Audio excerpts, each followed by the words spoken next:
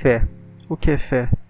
Fé significa fidelidade, seja de Deus para o homem ou do homem para Deus. Em relação ao homem para com Deus, significa também confiança. Portanto, podemos concluir que fé é a combinação de acreditar e confiar. Agora que falei o significado de fé, vamos entrar no tema desse vídeo. Somente a fé salva? A resposta é a mais óbvia possível: não. Fé e obras juntas salvam. É loucura dizer que somente a fé salva, e mais loucura ainda dizer que somente as obras salvam. Se somente a fé salva, os demônios serão salvos, pois eles têm fé. Eles creem em um só Deus, como diz a carta de Tiago, a mesma carta chamada de Carta de Palha por Lutero. Eu, porém, para Lutero e seus seguidores, digo que a carta de Tiago vale mais que ouro. Você crê que existe um só Deus? Muito bem, até mesmo os demônios creem e tremem. Tiago 2,19. E se somente as obras salvam, então não precisaríamos da graça de Deus para sermos salvos. Isso é uma heresia chamada pelagianismo. Meus irmãos, que aproveita se alguém disser que tem fé e não tiver as obras? Porventura a fé pode salvá-lo? Tiago 2,14. Assim também a fé, se não tiver as obras, é morta em si mesma. Tiago 2,17. Afirmar que só a fé salva é minimizar a nossa moral. E falar que a caridade e as boas obras não afetam a nossa relação com Deus, que somente a fé importa. A fé morta sem as boas obras não justifica o homem. Somente a fé ativa com as boas obras justifica o homem. Paulo não fala que somos justificados pela fé passiva, como dizem os protestantes, mas pela fé com boas obras. Por ora, subsistem a fé, a esperança e a caridade, as três. Porém, a maior delas é a caridade. 1 Coríntios 13:13.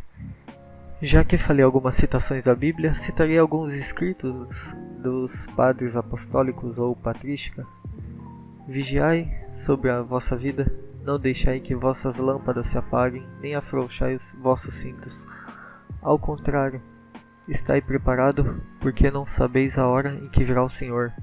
Reuni-vos frequentemente, procurando o que convenha a vossas almas, porque de nada vos servirá todo o tempo da vossa fé se não fores perfeitos no último momento. São Cipriano. Somos felizes, caríssimos, se tivermos cumprido os mandamentos de Deus na concórdia da caridade, a fim de que, pela caridade, sejam perdoados os nossos pecados. Santo Atanásio. Isto não é produto da virtude, mas nem nenhuma mostra de bondade.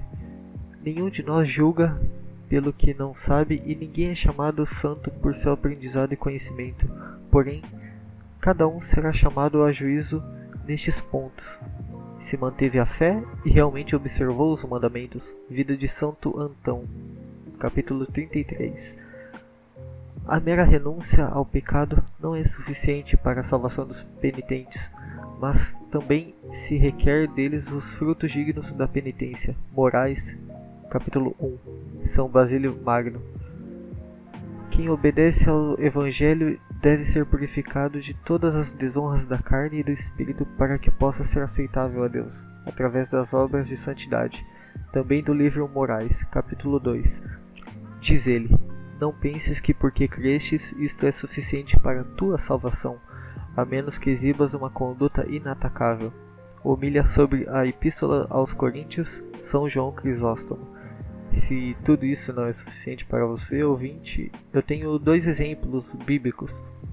Um homem de posição perguntou então a Jesus: bom mestre, o que devo fazer para possuir a vida eterna?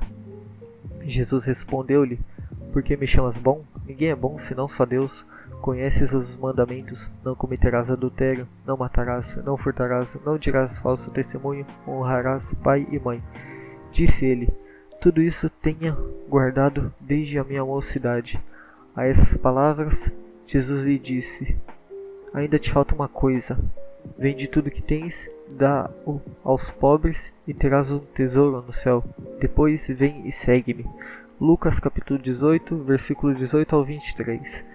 O homem de posição, ou melhor, o jovem rico, como alguns conhecem, tinha fé que Jesus era Deus, mas o que adiantava se ele não tinha caridade, não tinha amor?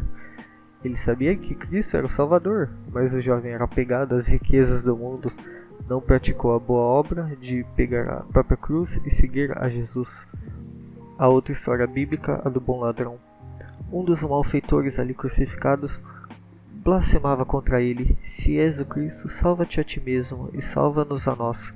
Mas o outro repreendeu: nem sequer temes a Deus, tu que sofres no mesmo suplício? Para nós isso é justo. Recebemos o que merecemos, os nossos crimes. Mas este não fez mal algum. E acrescentou: Jesus, lembra-te de mim quando tiveres entrado no teu reino. Jesus respondeu-lhe: em verdade te digo, hoje estarás comigo no paraíso. Lucas capítulo 23, versículo 39 ao 43. O bom ladrão tinha fé de que Cristo era Salvador, reconheceu que era pecador, tomou a humildade de reconhecer que Jesus era Rei publicamente e por isso foi salvo.